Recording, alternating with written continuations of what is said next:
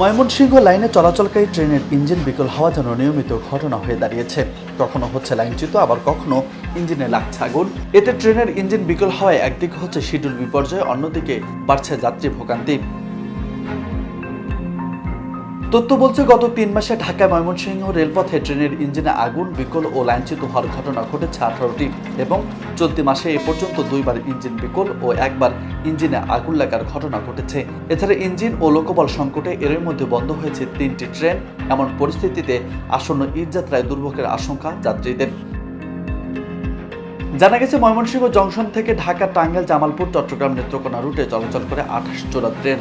এর মধ্যে ইঞ্জিন সংকট ও লোকবলের অভাবে বন্ধ রয়েছে 3টি। এমন পরিস্থিতিতে বাড়ছে শিডিউল বিপর্যয় ও যাত্রী দুর্ভোগ। আসন্ন ঈদে রেলের উন্নয়ন ও ক্রসিং বিড়ম্বনা থেকে রক্ষার দাবি যাত্রীদের। ট্রেনের বগি বা ইঞ্জিন লাইনচ্যুত হওয়া এড়াতে বিভিন্ন রুটে রেল লাইন চেকিং ও মেরামত করা হচ্ছে বলে জানান রেলের সিনিয়র সহকারী নির্বাহী প্রকৌশলী।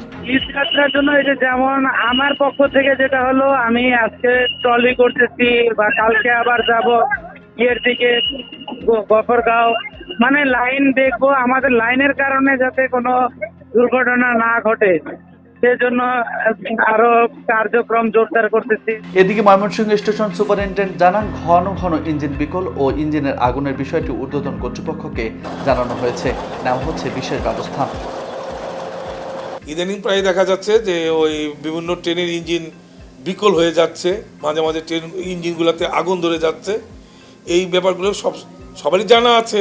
তারপর আমরা কর্তৃপক্ষের দৃষ্টি আকর্ষণ করেছি, ওনারা বলেছে যে না, এই ঈদ উপলক্ষে বিশেষ ব্যবস্থা নেওয়া হচ্ছে।